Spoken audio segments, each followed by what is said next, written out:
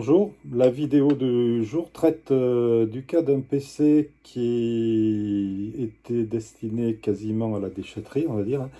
Alors j'explique pourquoi. C'est une machine de 2012, donc qui aujourd'hui a 13 ans, qui était considérée comme déjà âgée, qui ne démarrait plus, donc qui émettait des bips au démarrage et dont on savait à coup sûr qu'elle n'était non compatible avec Windows 11. Donc niveau propriétaire, on se dit une machine qui a 13 ans, qui n'était plus compatible Windows 11 et qui ne démarre plus, on va plutôt à la benne qu'ailleurs. Eh bien, on va vous montrer avec cette vidéo que on en a fait un PC récent, rapide et Windows 11 sans investissement particulier, bon, à part celui d'un SSD, histoire de la booster encore un peu plus. Donc, on y va. Donc, on m'a apporté un PC qui bip avec des petits bips successifs au démarrage et qui ne démarre plus, donc signale des problèmes de contact, une carte graphique RAM ou comme ça. Donc, on va l'ouvrir et on va constater peut-être un petit problème de poussière. Voilà, en particulier sur le refroidissement du processeur. Là, on peut voir qu'il y a un petit souci à l'alimentation, et etc. Pensez-vous que ce soit un instrument adapté à l'informatique? Eh bien, nous allons voir ça.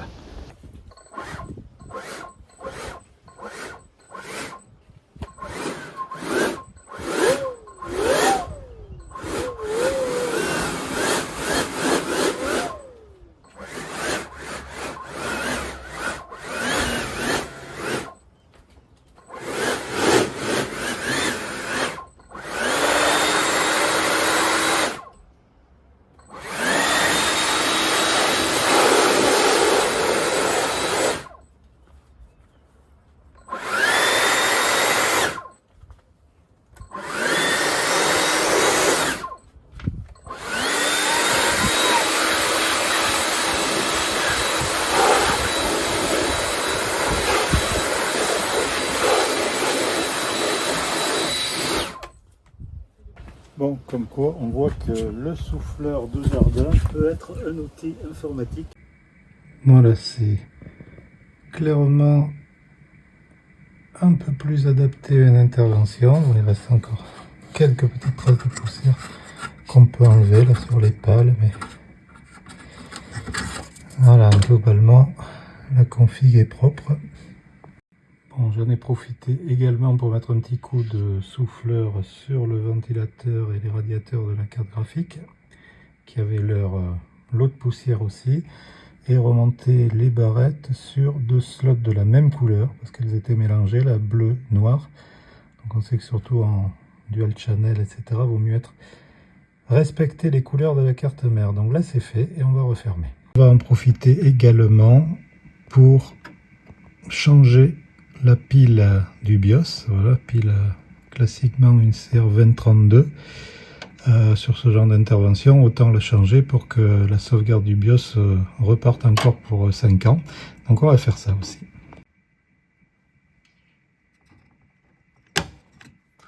Voilà, une pile neuve, on va remonter. Avant de refermer, on vérifie également le disque dur. Donc on constate sans trop de surprise sur une config de cet âge que c'est un disque dur mécanique classique. Donc on va prévoir de le remplacer par un SSD au cours de cette manip. Donc maintenant on referme. On appuie sur marche.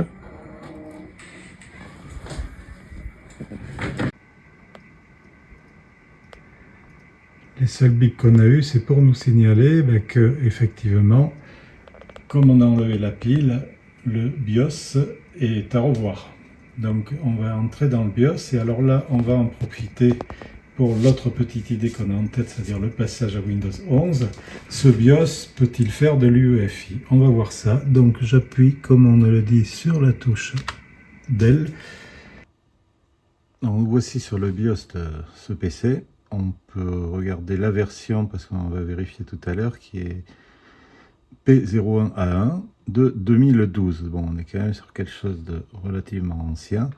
Et si on regarde un petit peu les options de sécurité, on voit qu'il y a nullement Secure Boot et tout ça qui sont mentionnés.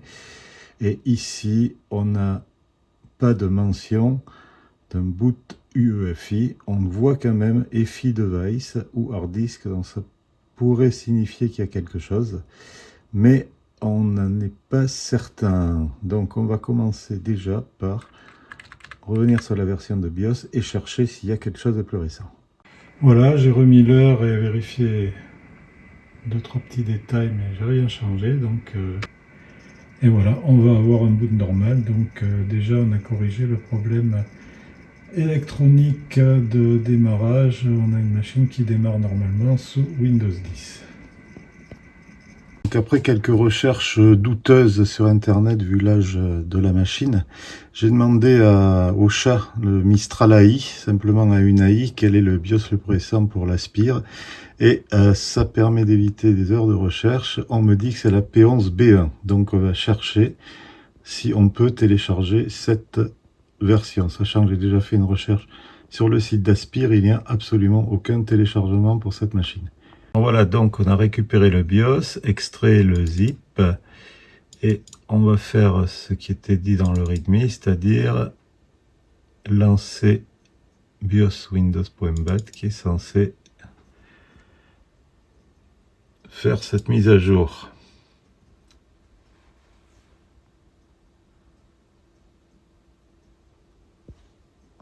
La mise à jour du BIOS en fait a échoué en disant que ce n'était pas la bonne taille, ce qui veut dire qu'il y a une modif importante, et donc j'ai redemandé l'historique des BIOS pour ce modèle et on peut voir qu'il y a une rupture entre P01 et P11. Les P11 étant bien des BIOS UEFI, ce qui veut dire que cette machine est capable de booter un UEFI, mais non destiné aux mises à niveau. Donc on va creuser un petit peu, ça veut dire que ce BIOS ne peut pas être mis à niveau au moins depuis Windows. Bien, après quelques recherches supplémentaires, il s'avère que cette machine a eu deux versions, celle qu'on a ici qui était livrée avec Windows 7 et dont la puce BIOS ne peut pas être UEFI, et des modèles livrés à partir de Windows 8 sur lesquels notre puce BIOS existe qui, elle, est capable des BIOS P11, etc. Donc dans notre cas, on est bloqué matériellement sur un BIOS non UEFI. Donc ça nous intéresse de poursuivre l'installation dans cette configuration. On va commencer par l'upgrade du vieux disque dur sur un SSD. Donc voilà, le disque, on l'a tout bêtement branché à la place du lecteur de CD pour récupérer la connectique, c'est ce qui est le plus simple. Comme on va passer d'un gros disque d'1 Tera quasiment inutilisé à un SSD plus petit, on aura besoin d'un partition manager pour diminuer la taille de la partition système, et également d'un cloneur. Donc j'ai choisi iMagick pour la partition et HD Clone X6 pour le clonage ultérieur. Donc on va commencer par s'occuper de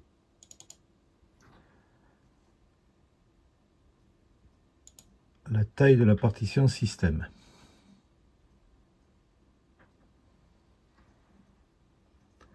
Voilà, donc ce qu'on veut, on a de la chance en plus, c'est une partie déjà non allouée, il n'y aura pas 36 000 opérations à faire.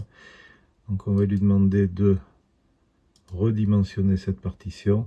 Comme on a un SSD qui fait 240 Go, quelque chose comme ça, on va carrément faire plus petit pour après la resizer à pleine taille, pas chercher tout de suite des complications. Donc là, on va mettre quelque chose comme 200. Voilà, donc partition qui fera 195 Go qui rentrera largement dans le SSD. Donc on n'a plus qu'à appliquer. Dès qu'on touche une partition système, le redimensionnement ne peut pas se faire à l'intérieur du système d'exploitation. Ça redémarre pour être fait en BIOS, c'est ce qu'on va voir là.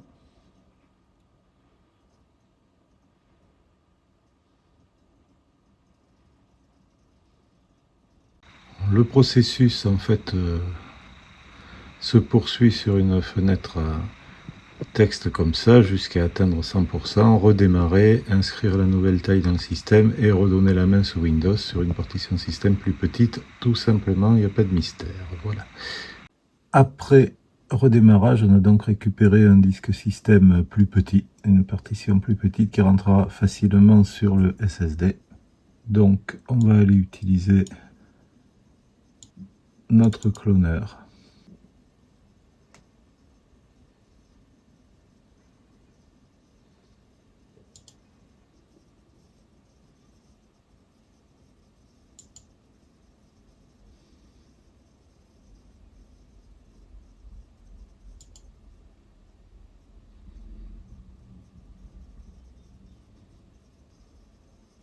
Donc l'interface est assez simple, hein. Nous on veut simplement cloner un disque, donc c'est cette case.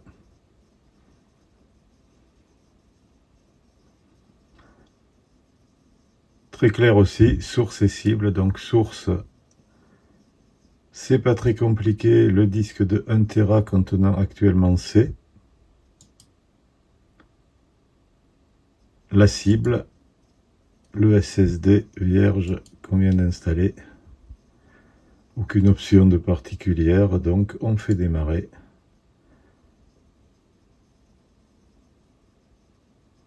Continuer. Et c'est parti pour un clonage. Le clonage est terminé, donc maintenant on va tout simplement débrancher le disque dur principal. Refixer proprement le SSD à la place du gros disque, donc il faut un adaptateur ou alors utiliser un autre montage, on va regarder ça. En l'occurrence, j'ai choisi de monter le SSD sur un petit adaptateur, simplement une plaque métallique qui permet de fixer le SSD et retrouver la largeur du disque classique. Voilà, ce qui permet de réutiliser le support d'origine du PC pour fixer à la place du gros disque le SSD.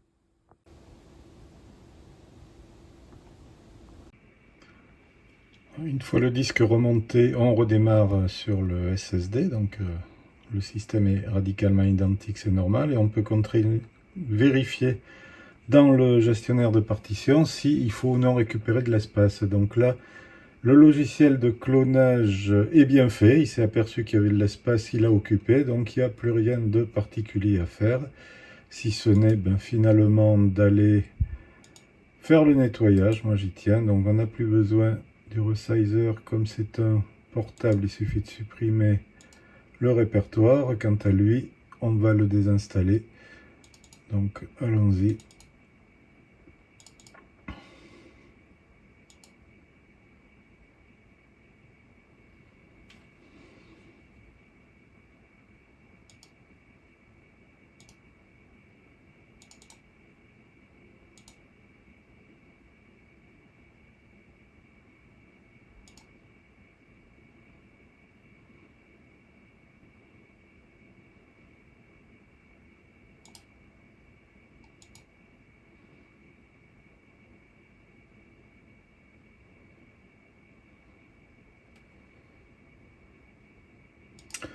L'utilisation de Revo pour enlever tout ce qui peut traîner après des installations standards.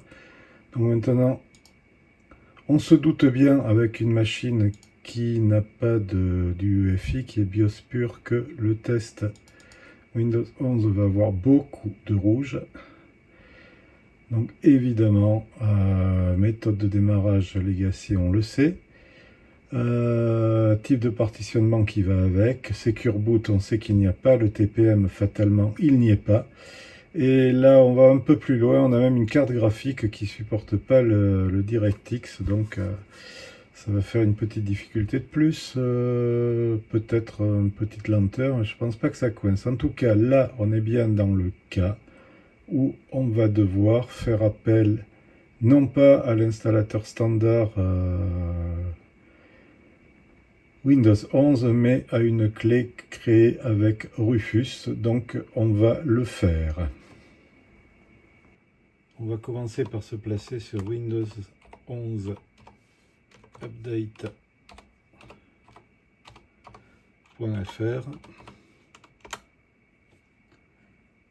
Aller chercher la méthode universelle et commencer par les conseils. Bon, voilà, donc le téléchargement de l'image, on en aura besoin. L'édition du registre, donc on va commencer par le téléchargement de l'ISO de Windows 11.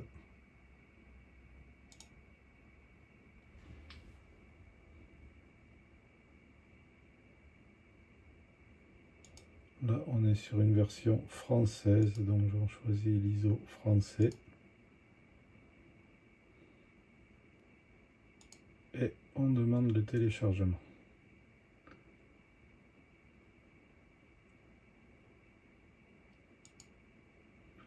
Voilà, il est en cours. Maintenant, on va aller faire la manœuvre de la base de registre.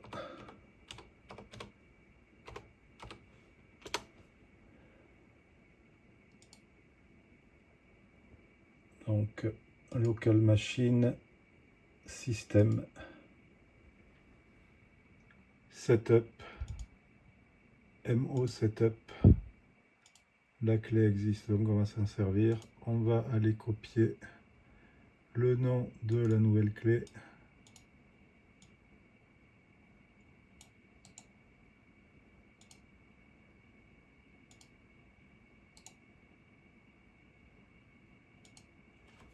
Que on colle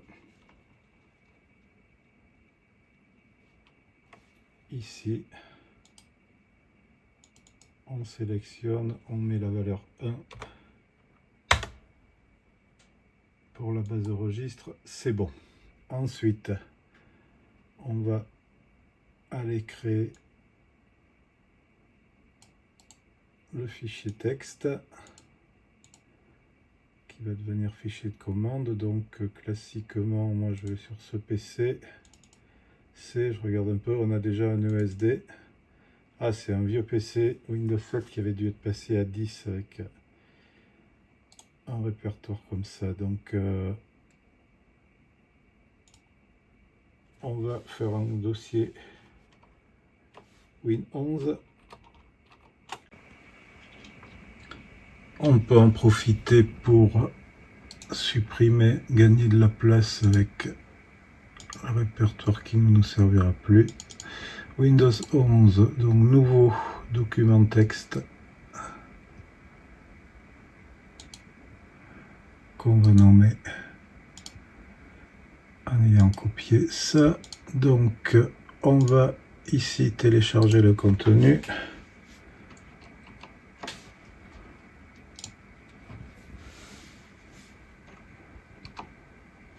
Copier tout ça.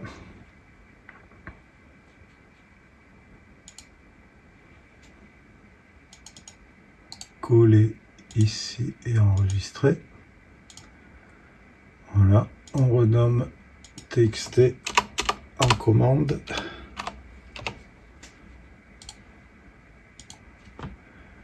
On exécute en tant qu'administrateur.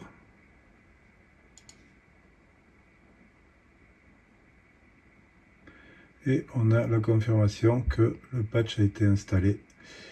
Donc sur cette phase-là, on a fait ce qu'il faut sur le système. Maintenant, on va continuer sur notre méthode universelle en disant que le diagnostic du système a été fait. La méthode de démarrage n'est pas UEFI. On a vu tout à l'heure qu'on a cherché un BIOS qui pouvait démarrer une UEFI ou pas, et on ne l'a pas parce qu'on a une incompatibilité matérielle. Donc, on va se terminer sur la dernière possibilité. On a seulement un BIOS ancienne génération et on ne pourra jamais démarrer à une UEFI. On va donc faire quoi? Eh bien, télécharger Rufus. Donc, le lien est sur le site, on y va. Donc on tombe sur une page, une des classiques où il y a beaucoup de publicité et où on a des téléchargements prêts mais qui seront jamais votre logiciel. Donc on se méfie et on voit ici, en cherchant bien, on a le vrai lien. Donc deux versions, un installable, ça peut servir quand on fait souvent des clés, etc. Mais là, on veut le faire une fois, donc la version portable non installable sera très bien. Je clique. Je vérifie dans les téléchargements, il est téléchargé. Donc effectivement, cette annonce est téléchargée, m'aurait amené ailleurs. On peut fermer le site Rufus puisqu'on l'a téléchargé. Et donc maintenant, brancher une clé USB de 8 Go minimum, lancer Rufus. Donc on va faire ça. Donc comme j'aime bien ranger les choses, je vais les récupérer. Rufus et l'ISO de Windows d'ailleurs dans téléchargement. Et les ramener sur Windows 11, mon répertoire. Voilà. Donc on va lancer ce Rufus. Et suivre un petit peu les instructions, simplement. Non, on s'en servira qu'une fois, pas de mise à jour. Donc, le périphérique, là, ma clé USB a déjà un nom, mais je la reconnais. Avec le nombre de gigas, vous saurez que c'est votre clé USB. Type de démarrage. Donc, le type de démarrage, c'est effectivement, on va aller chercher un ISO qu'on vient de charger, celui de Windows, donc on le sélectionne.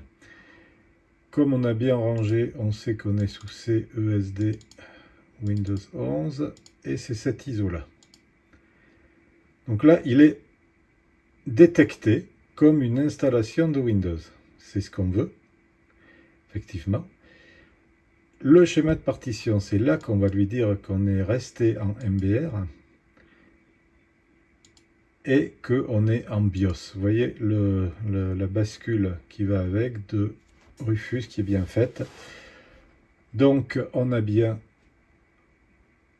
les options qui vont nous permettre de faire ça. Donc sur cette fenêtre, pas d'autres sélections, mais c'est déjà essentiel, c'est-à-dire qu'on va faire une install sur un système BIOS MBR, donc on peut démarrer.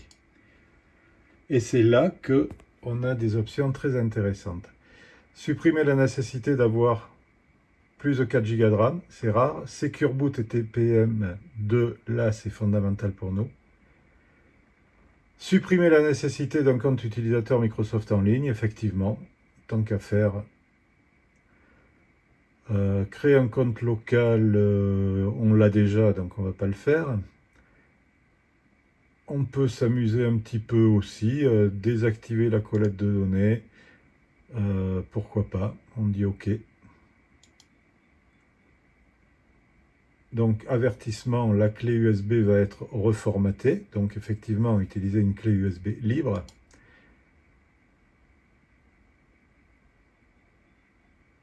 Et là, Rufus est en train de travailler.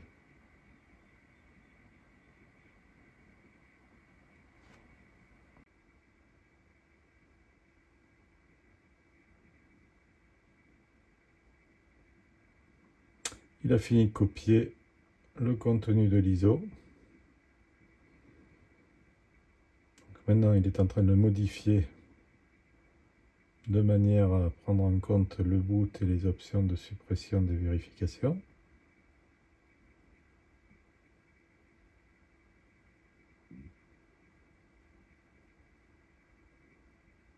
Et il nous signale que c'est prêt. Donc, on va pouvoir quitter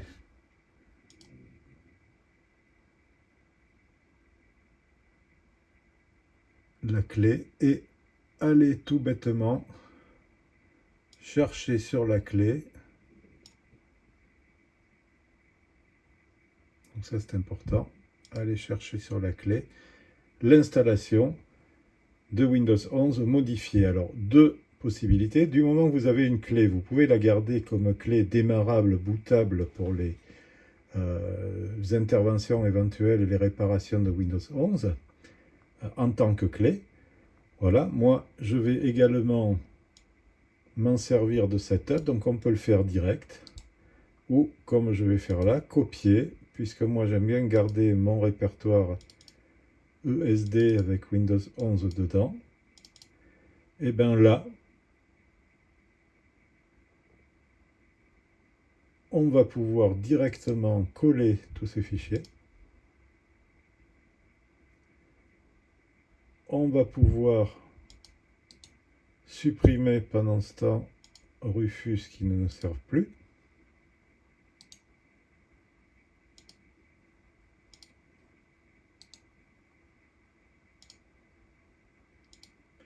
Et même supprimer l'ISO de Windows original, puisque lui-même vient d'être intégré dans l'installation modifiée de Rufus. Donc ça c'est quand même 6 Go à récupérer, pourquoi pas. Hein.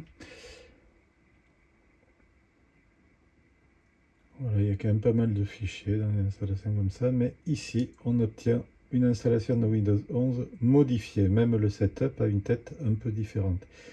Donc on le fait tout simplement. Setup.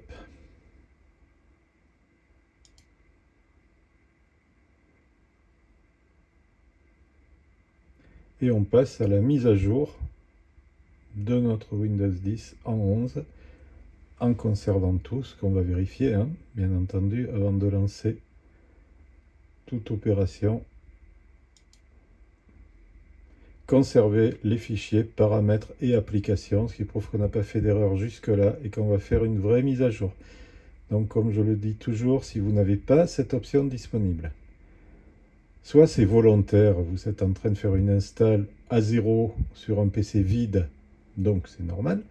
Si par contre vous aviez en tête de faire une mise à jour, ça veut dire que vous avez fait une erreur quelque part. Et le plus fréquent, c'est de s'être trompé de langue dans l'ISO. Donc le site windows11update.fr explique bien ce qu'il faut faire pour s'assurer de la langue. Si vous arrivez là avec cette erreur, allez voir, il y a souvent des PC qu'on a achetés qui peuvent être en français canadien, en français belge, voire dans une autre langue américaine le plus souvent, avec l'activation de la langue française par-dessus, mais l'installation de base n'est pas en français. Donc, avec le bon ISO, vous devez avoir cette case conservée. Donc ici on l'a, on continue.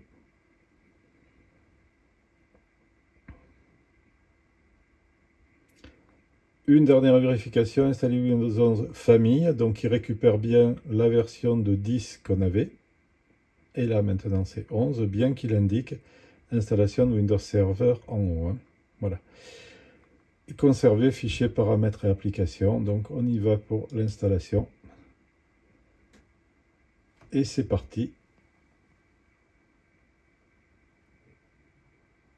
On n'a plus qu'à patienter.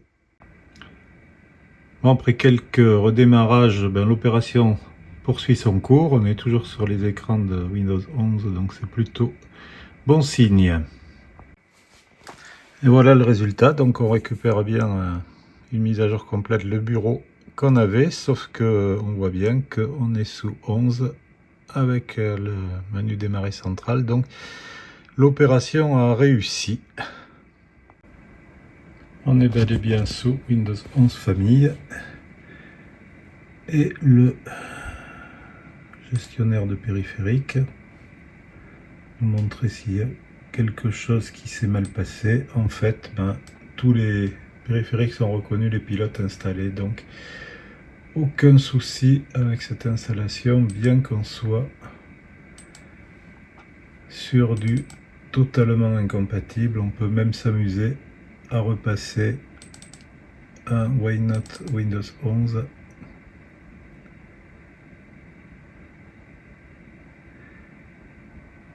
qui dit qu'on exécute Windows 11, la dernière version. Donc lui aussi voit qu'on est sous 11. Et malgré ça, on a toujours autant de rouge. On peut vérifier également ce qui se passe avec Windows Update.